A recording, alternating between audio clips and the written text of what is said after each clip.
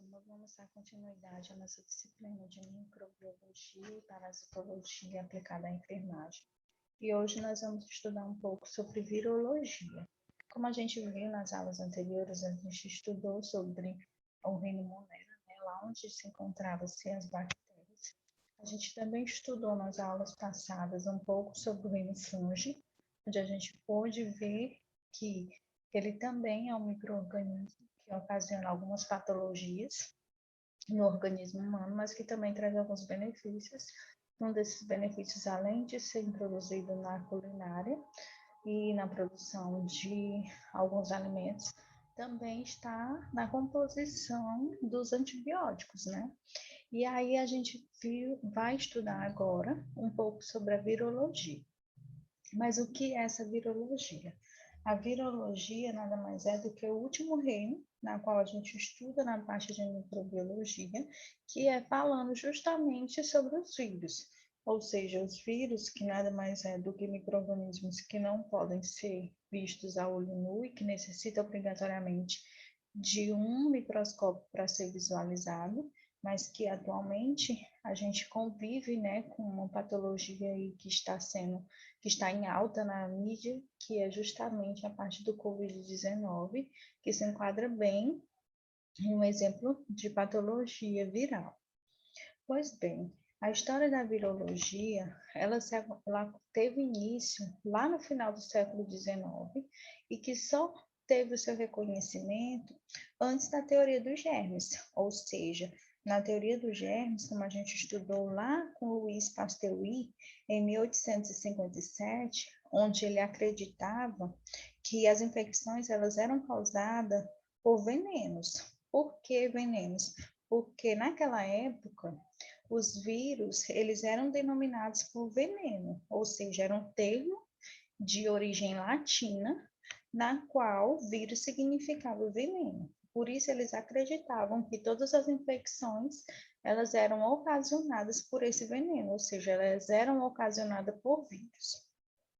E que somente no meados do século XIX, Pasteur ele começou a designar como vírus tudo aquilo que ocasionava infecções, ou seja, algum agente era o causador daquelas infecções e que esses causadores de infecções, nos seus experimentos, como a gente viu em aulas anteriores, na qual ele utilizava os tubos de ensaio, colocando tanto a matéria orgânica como também a presença de alguma bebida em processo de fermentação, na qual uma ele tampava e a outra ele deixava aberto. E a gente pôde perceber, né, lá na teoria da biogênese, que em um tinha a presença dos vetores, na qual dava origem a um novo ser vivo, e no outro que não tinha a presença, não tinha como aquele vetor entrar, não se tinha a origem de um novo ser vivo, ou seja, apenas tinha o processo de fermentação. Pois bem, foi nessas teorias que ele observou o seguinte: naqueles tubos de ensaio, na qual os filtros, eles filtrava toda a parte de agente infeccioso, eles não filtrava a questão da colonização de algumas bactérias e também de alguns vírus. Ou seja, naquela cultura havia a presença de vírus e de algumas bactérias. E aí ele passou a denominar como vírus filtrados. Porque para Pasteur, todas as infecções elas eram causadas por vírus, ou seja, mesmo aquelas de origem bacteriana. Ao trabalhar um tempo com a raiva, foi quando ele constatou que o agente etiológico e causador, ele poderia ser visto, ou seja, com a presença do microscópio. E foi então no século XIX que as evidências mostraram que os agentes causadores de doenças, elas poderiam sim passar pelos filtros que ele utilizava nos seus tubos de ensaio. Ou seja, aquele agente causador de patologias, eles eram seres não filtráveis, ao contrário das bactérias e de alguns outros tipos de agente que foram denominados de vírus filtráveis. Pois, embora Pasteur e Edward eles tivessem desenvolvido as suas primeiras vacinas contra o processo de infecção, eles não sabiam ainda da existência dos vírus, ou seja, as suas primeiras evidências foram baseadas principalmente na colonização de bactérias e de alguns fungos, pois naqueles locais em que as bactérias elas não tinham tanta colonização, eles conseguiram encontrar evidências que ali possuía a propagação de fungos e que os fungos levavam à morte de alguma dessas colônias de bactérias, e ali eles faziam o seu meio de reprodução, principalmente por fermentação. Essas evidências, elas foram bastante revolucionadas nesse período, principalmente no século XIX, porque o vírus, eles, para alguns estudiosos, alguns cientistas, eles poderiam ser um ser vivo ou não, ou seja, surgiu esse questionamento com base nas características dos vírus.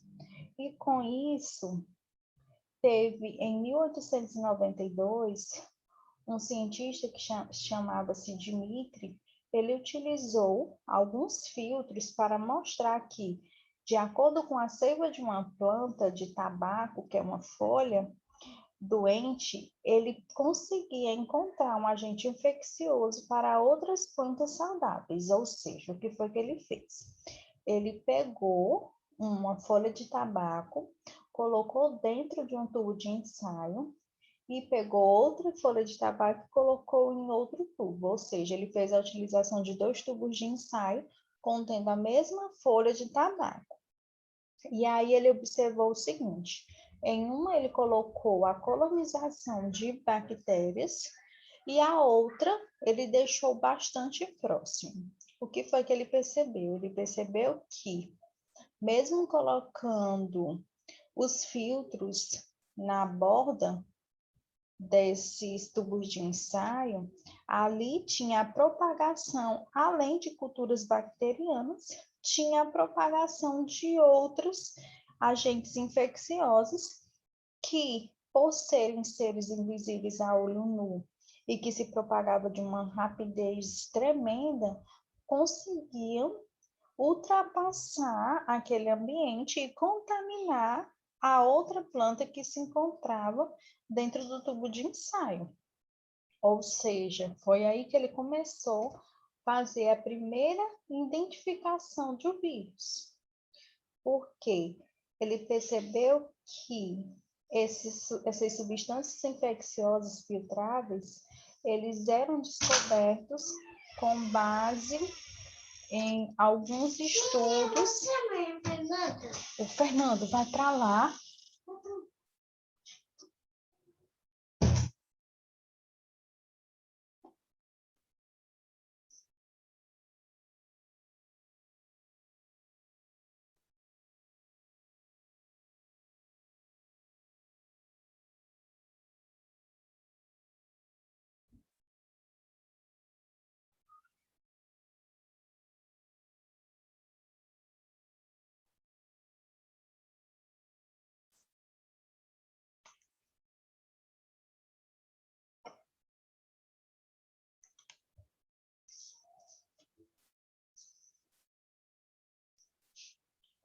E aí, o que foi que ele percebeu? Ele percebeu o seguinte, ele percebeu que esses micro-organismos, eles se replicavam com uma grande rapidez e eles conseguiam passar o seu material genético para outras células e que também eram seres que, para sobreviver, obrigatoriamente ele necessitava de um outro ser vivo, ou seja, eram micro-organismos totalmente parasitas, porque para ter a sua sobrevivência e poder fazer o seu processo de replicação, eles necessitavam de um outro ser. E aí surgiu os questionamentos, como eu falei anteriormente, com base nas características dos vírus, se realmente os vírus eles podem ser considerados um ser vivo ou não podem ser considerados como um ser vivo. E aí surgiu as principais características virais para tentar desvendar esse questionamento. E aí o que foi que eles pensaram? Que as principais características dos vírus é o quê? Justamente eles serem seres intracelulares e parasitas, ou seja, obrigatoriamente eles são parasitas intracelulares, que significa dizer que ele necessita de um hospedeiro, ou seja, de uma célula para sobreviver. Outra característica viral, que eles infectam qualquer forma de vida, ou seja uma planta, seja um fungo, seja um animal, seja um protozoário, ou seja, ele tem a capacidade de infectar qualquer forma de vida. E os vírus, para se manterem vivos, eles fazem a sua replicação dentro do seu hospedeiro. Ou seja, além dele fazer a utilização daquele ser, ele ainda vai se replicar e utilizar essas células nesse seu processo de replicação. Ou seja, o que pode ou não acarretar uma doença para quem está sendo o hospedeiro viral naquele momento. A estrutura viral, ela possui diversas características, porque ela se assemelha muito a um tipo de fungo e bactérias, por serem seres que também apresentam material de DNA e RNA. Eles são seres acelulares, ou seja, eles dependem de uma célula do hospedeiro para sobreviver e para se multiplicar. Eles possuem um capsídeo proteico, ou seja, que nem outras estruturas bacterianas na qual a gente tem a produção de proteínas, e ele tem essa característica mútua dele, que é o parasitismo específico, ou seja, dependendo do seu capsídeo viral, ele pode ter células específicas que vão levar o seu hospedeiro a um processo infeccioso, ou seja, um processo patológico.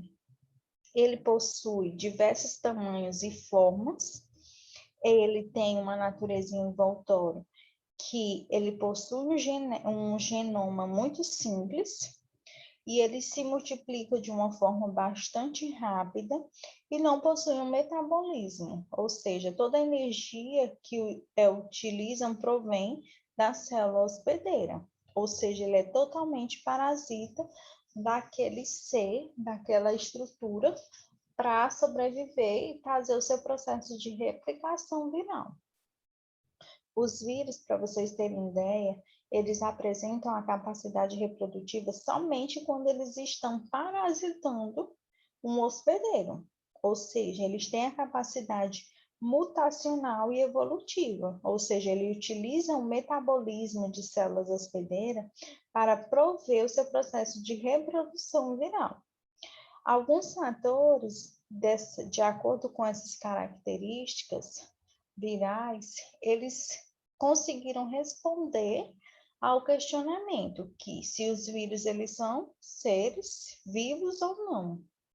E a partir daí, a gente consegue ter duas hipóteses, ou seja, para alguns estudiosos, eles afirmam que o vírus ele não pode ser considerado um ser vivo. Por quê? Porque ele é um ser acelular, ou seja, o vírus ele não possui uma célula, ou seja, ele depende de uma célula para sobreviver e para poder fazer o seu processo de replicação. Ou seja, o fato de ser acelular não poderia levar em consideração dele ser um ser vivo, porque para ser um ser vivo você precisa ser um ser celular, ou seja, você precisa ter a presença de células no seu organismo para que você consiga fazer todo o seu processo de replicação e ter a sua sobrevivência. Outro ponto que foi muito observado foi o seguinte: todo ser vivo ele possui um metabolismo, obrigatoriamente por não ter o seu metabolismo próprio, ele não pode ser considerado um ser vivo. Ou seja, um ser vivo ele precisa ter o seu metabolismo. Se o vírus ele é um ser acelular, ele não possui célula, ele precisa parasitar um hospedeiro para ele poder se desenvolver e conseguir fazer o seu processo de replicação. E ele é um ser que ele não possui um metabolismo próprio, ou seja, se ele não possui um metabolismo próprio, ele não pode ser considerado um ser vivo. Entretanto, eles observaram que, levando em consideração a estrutura viral, eles perceberam que, de acordo com a cápsula do vírus, ele possui uma natureza proteica, ou seja, o vírus ele possui uma molécula de DNA ou RNA no processo de transição, e que todo ser vivo que apresenta na sua constituição essa constituição proteica e um ácido nucleico, ele pode ser considerado um ser vivo, ou seja, a única hipótese que leva em consideração que o vírus ele pode ser sim um ser vivo é o que diz respeito à presença do DNA e RNA na sua composição. Fora isso, as demais características gerais da virologia classificam o vírus como um não ser vivo, porque ele depende obrigatoriamente de uma outra estrutura, de um outro organismo, para ele poder sobreviver, fazer o seu processo de multiplicação e o seu processo de metabolismo. Quem são os hospedeiros do vírus? Como eu falei anteriormente, o vírus ele infecta todo tipo de toda forma. Ou seja, ele infecta um protozoário, ele infecta um fungo, uma bactéria, uma célula vegetal, uma célula animal. Por quê? Porque todos os seres vivos eles possuem as suas células e assim o vírus ele consegue adentrar aquele organismo e fazer a utilização daquelas células. Ele só vai conseguir sobreviver na presença de uma outra estrutura, ou seja, de um hospedeiro. O vírus, eles diferenciam dos demais seres vivos pela ausência de uma organização celular, ou seja, não possuem um metabolismo, como eu falei anteriormente, e por isso eles são considerados totalmente um parasita intracelular obrigatório, ou seja, o que leva ao processo patogênico e infeccioso que leva ao adoecimento daquele hospedeiro. Aqui nós temos a estrutura de um vírus, onde a gente possui o núcleo viral contendo material genético, que é as moléculas, né, de ácido nucleico, DNA e RNA. Temos as proteínas e os lipídios, que formam essa estrutura de envelopamento. E temos a membrana plasmática, que também vai ser utilizado como uma fonte de barreira e de proteção.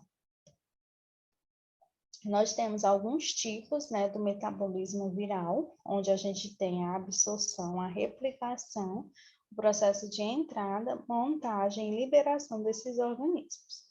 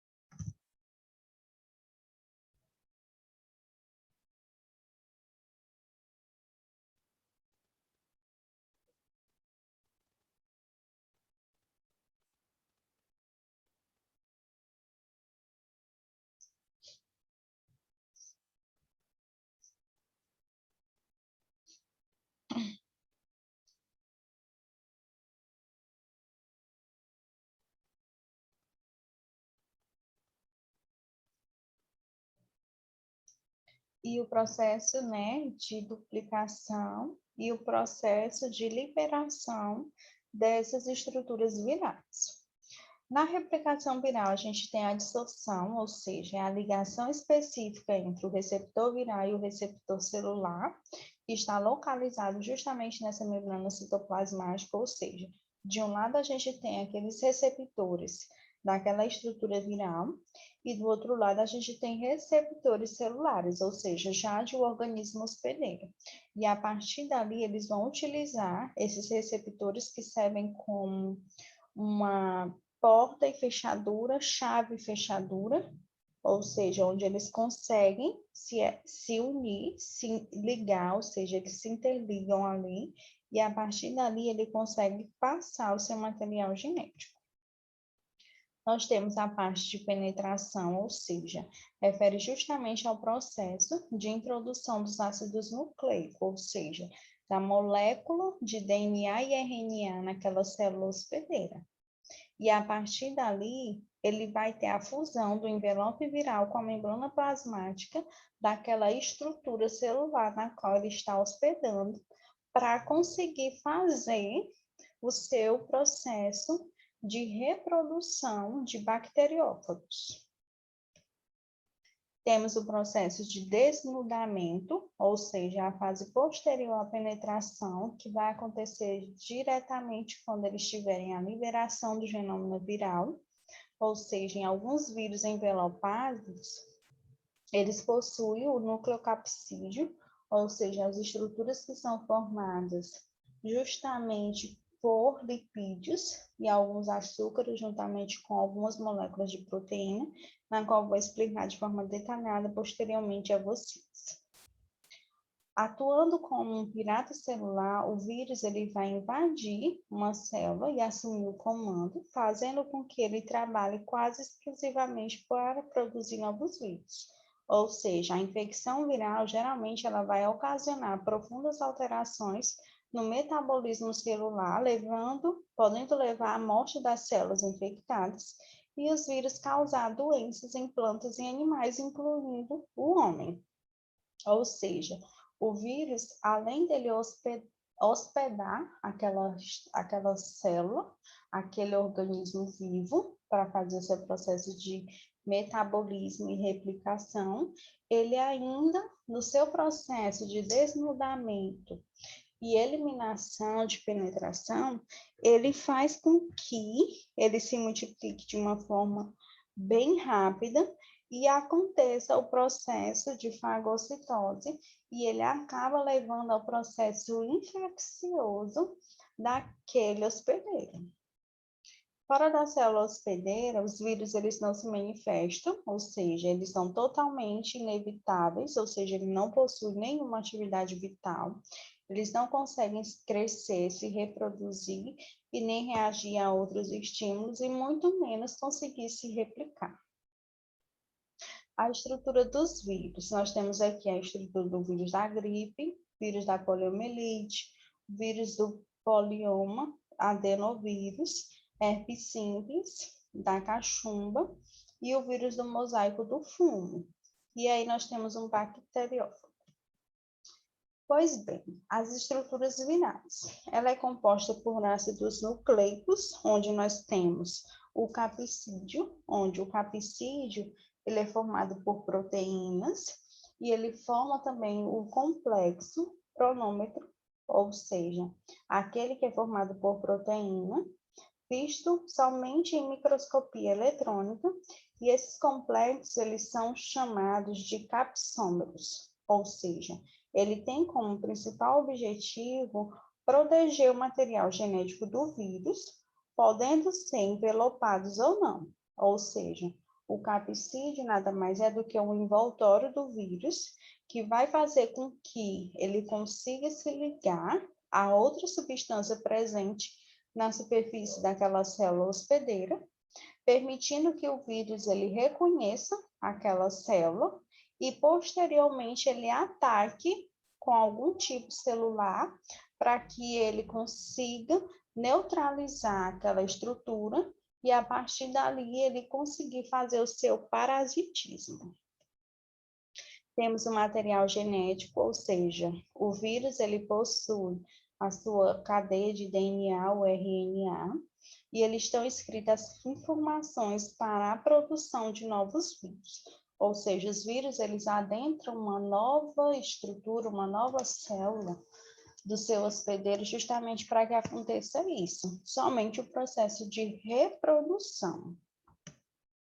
O vírus, ele tem uma partícula viral que, quando fora da célula hospedeira, é geneticamente denominada vírus, e que cada espécie de vírus, ele apresenta um formato específico e característico.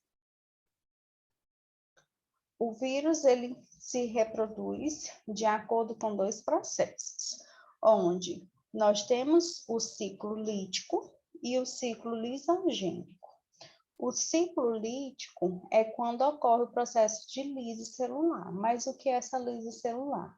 A lise celular nada mais é do que a morte da célula hospedeira. Ou seja, significa dizer que no processo de ciclo lítico, além do vírus ele hospedar e utilizar toda a fonte de nutrientes, toda a estrutura, se apropriar daquele material, daquela célula, ele ainda vai levar ao processo de morte. Ou seja, quando ele consegue fazer o seu processo de reprodução, ele mata aquele hospedeiro. Já no ciclo lisogênico, não. Ele consegue fazer o seu processo de replicação, ele faz todo o seu metabolismo, porém ele deixa a célula hospedeira viva, ou seja, ela consegue sobreviver sem um agente patógeno. No ciclo lítico, o que acontece? Acontece que o vírus ele vai se fixar a uma bactéria e uma enzima da cauda e vai dissolver a parede. Ou seja, no ciclo lítico, a primeira coisa que vai acontecer é justamente isso, o processo de dissolução da parede, aquilo que envolve, que tem como objetivo proteger aquela estrutura. E aí, a partir daí, ocorre a replicação e a transcrição do material genético. Ou seja, significa dizer que, a partir do momento em que ocorre a dissolução daquela parede, daquele envoltório de proteção, vai acontecer a injeção do material genético. Ou seja, a sua molécula de DNA, ela vai ser transcrita, ou seja, vai ser repassada para uma nova estrutura por meio do RNA, ou seja, a transcrição nada mais é do que a passagem, do que a leitura ou interpretação, digamos assim, do DNA para o RNA. E aí, posteriormente, a gente vai ter o processo de transdução, ou seja, o DNA da bactéria é destruído pelo vírus, que vai orientar a síntese de proteína e se duplicar. Ou seja, o que acontece? O corpo do vírus, ele vai ter na sua composição o processo de proteína, ou seja, ele vai formar essa base proteinado justamente para que tenha uma melhor organização, ou seja, as proteínas virais, elas vão começar a mostrar a estrutura viral e o corpo do vírus com DNA produzido na replicação. Aqui eles vão ter que sair da célula e aí, no último processo, quando eles vão justamente sair depois do processo de transcrição de DNA, vai acontecer o processo de lise celular, ou seja, do quarto para o quinto, no processo de ciclo lítico, acontece o processo de morte daquela célula. Ou seja, é o momento em que todos os vírus eles já estão, né, em fase amadurecida, e a partir dali ele precisa sair daquela célula e ocasionar ou ir atrás de uma nova célula, de uma nova bactéria, de uma nova estrutura para ele parasitar. E aí é justamente nesse processo que acontece a morte daquela célula na qual ele utilizou toda a sua estrutura para conseguir ter a sua multiplicação, a sua replicação. No ciclo lisogênico, ou seja, ele vai realizar todo o seu processo de replicação, porém, no final do seu processo, ele deixa a célula viva, ou seja, primeiro o vírus ele vai se fixar na bactéria e destruir a parte da parede celular, justamente para que ele consiga fazer a associação e a passagem do seu material genético, ou seja, da sua carga de DNA. Posteriormente, o DNA do vírus ele passa a ser parte do material genético da célula hospedeira, processo de indução, lisogênico parasítico lítico. E na fase terceira, a gente tem a célula, ela vai se duplicar, e a partir dali, como ela já contém o material genético do DNA daquele vírus, ela vai passar a se duplicar por meio de mitose e meiose, já células virais, ou seja, doenças causadas por esse vírus, eles tendem a serem incuráveis. Por quê? Porque tanto eles possuem o material genético de DNA como RNA, com base em uma cápsula proteica, e assim são estruturas mais resistentes. Em ambos os ciclos, o material genético é o DNA, ou seja, sendo a bactéria desse processo bacteriófago, ou simples fagos, ele podem ser vírus de DNA ou RNA, e o mais conhecido são aqueles que infectam justamente a bactéria intestinal. O vírus e o antibiótico, ou seja, considerando como uma das maiores conquistas da ciência justamente a produção do antibiótico, junto com vacinas e soros, tem salvado diversas vidas e que todas as guerras já conseguiram matar. Ou seja, a única forma de prevenção contra vírus é por meio das vacinas e utilização de soros, e isso tudo com base em bastante estudo, muita pesquisa. Os vírus e as doenças. Os vírus, eles trazem, além de ocasionar, também o processo de morte do hospedeiro, o vírus ele acarreta o processo patológico, ou seja, o processo de adoecimento do ser humano, dos animais, das plantas, em tudo aquilo que ele precisa se agregar para fazer o seu processo de replicação. Como os vírus eles são transmitidos na natureza? Eles podem ser transmitidos com base no contato direto, ou seja, contato de pessoa com pessoa que esteja infectado, ou também podem ser transmitidos com base nos aerosóis que ficam dispersos, ou seja, vamos lembrar lá de quando a gente está fazendo inalação em um processo de um processo gripal, e ali fica disperso os aerosóis. Então, naquele momento ali, está acontecendo justamente um processo de transmissão horizontal, porque no momento em que aquelas partículas elas ficam dispersas no ambiente, elas podem se agregar até mesmo em alguma superfície, ou você pode estar entrando em contato, por mais que você esteja de luva e de máscara, se você se descuidar e deixar o cabelo solto, ali já consegue ter um meio de transmissão, porque o cabelo, os pelos, ele agrega com muita facilidade essas partículas que ficam inerentes em aerosóis. Também é transmitido com base em veículo, que são água, alimentos contaminados. Temos os vetores, que podem ser animais invertebrados ou vertebrados, e por meio da transmissão vertical, ou seja, de mãe para filho, principalmente por meio do parto.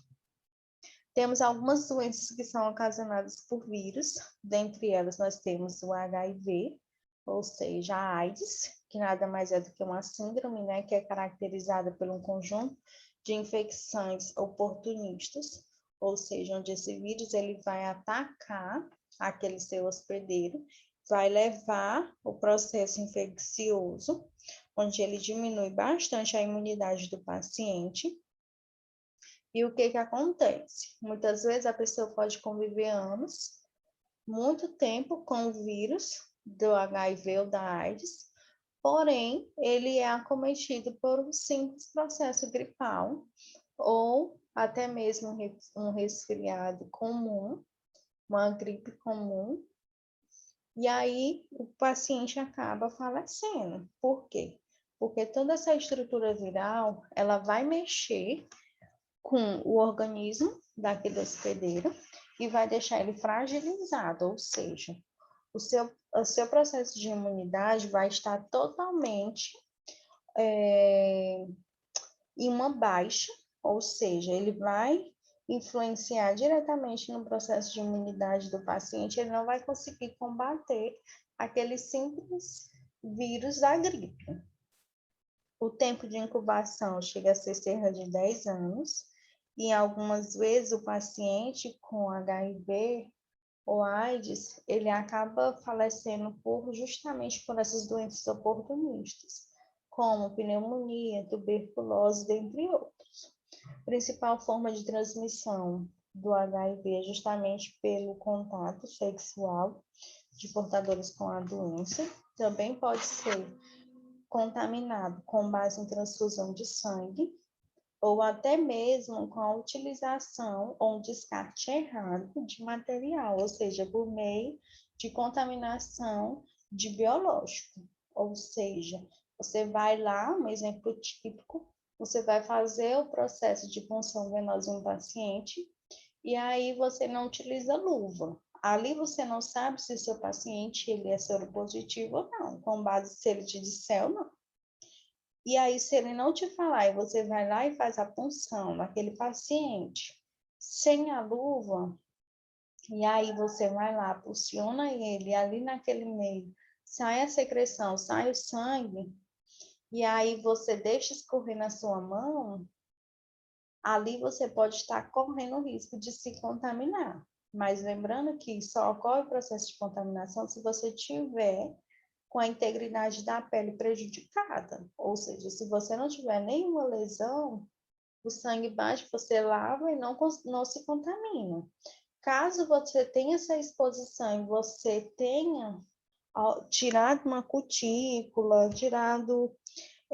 ter se furado, ter se arranhado, ali você pode estar 100% contaminado com o HIV. E aí, o que que acontece? Mesmo que você se perfure e você saiba ou não, o agente vê toda aquela patologia, ou seja, quem é o paciente fonte, você vai ter que passar pela bateria de exames que duram de até 120 dias, ou seja, você faz no dia da contaminação, você faz com 30, com 60 e com 120 dias. E além de que, se o paciente, mesmo ele sendo soropositivo, ele se negar a fazer todos esses cuidados, você vai ter que passar por um retroviral. E se o paciente ele não for soropositivo, e você tiver esse tipo de exposição a biológico, você também terá que fazer a utilização e a comunicação para os órgãos competentes sobre aquela exposição, e você também terá que fazer esse acompanhamento periódico. Temos a dengue, ou seja, o causador é o Aedes aegypti.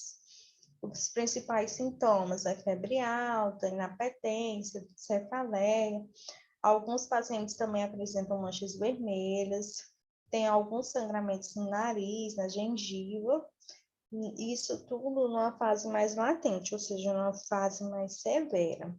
Também temos os sintomas da dengue hemorrágica, ou seja, são os sintomas iguais à da dengue clássica, porém ele vai aumentar principalmente uma baixa na pressão arterial e no débito cardíaco do paciente. Ou seja, ele deve-se ao aumento da permeabilidade dos capilares sanguíneos, que pode ser fatal. Em caso de suspeita, a gente deve fazer a consulta com o médico e informar tudo o que está sentindo, e principalmente se há presença de manchas vermelhas, que pode ser um forte indício para ser uma dengue hemorrágica. Tem o sarampo, que é uma doença infecciosa, né, altamente contagiosa, ou seja, ela marca principalmente a pele do paciente, ficando bastante avermelhada, e aí ela leva ao processo de comprometimento de diversos órgãos. Aqui vocês podem observar a pele de uma criança, como que fica quando está constatado que ele está com sarampo. Temos a varíola, ou seja, o agente etiológico, né? O principal sintoma da varíola é febre, dores musculares. Também pode ser a presença de algumas manchas, algumas pápulas que deixam cicatrizes. E aí a transmissão ela é feita pelo contato direto, ou por meio da saliva, pelo uso de fontes, ou seja, objetos, talheres dos pacientes que estejam contaminados. Tem-se a cachumba, onde a cachumba é uma doença infecciosa que atinge justamente as glândulas parótidas, ou seja, a primeira coisa que faz é o aumento, ou seja, quando você vai fazer o diagnóstico de uma adulta ou de uma criança que esteja com suspeita de cachumba, a primeira coisa que faz é aumentar essa região próximo ao ouvido, e ali é o aumento da glândula parótida.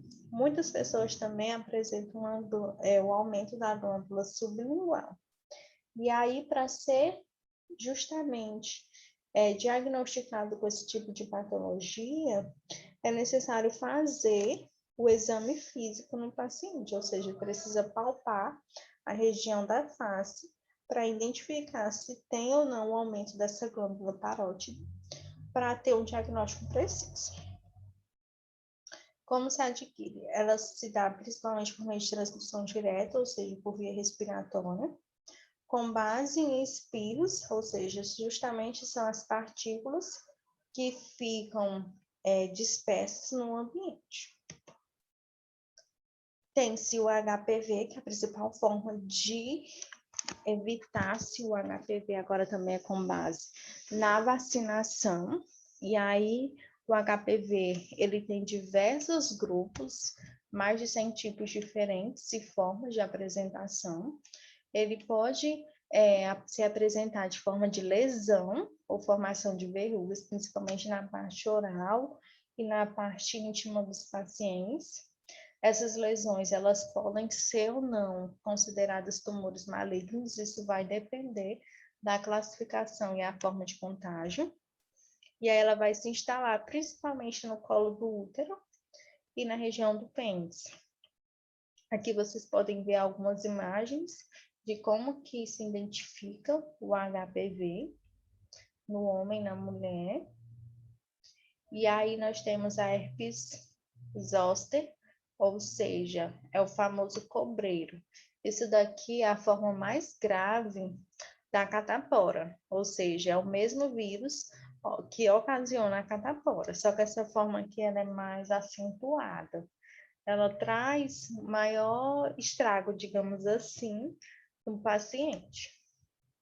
Aqui o herpes zoster, como que fica? Que até algumas pessoas dizem que não pode unir, senão o paciente morre. E aí essa é a forma mais grave da catapora. E aí faz o tratamento também com a utilização de algumas pomadas de uso tópico, como por exemplo a dexametasona, também utilizada. Também é utilizado algumas outras medicações e em alguns casos bastante graves é utilizado até mesmo o antibiótico. Aqui nós temos o exercício de fixação, onde vocês vão responder e irão me enviar no e-mail. Ou seja, são 10 questões que eu quero que vocês copiem no caderno e respondam e me enviem no e-mail.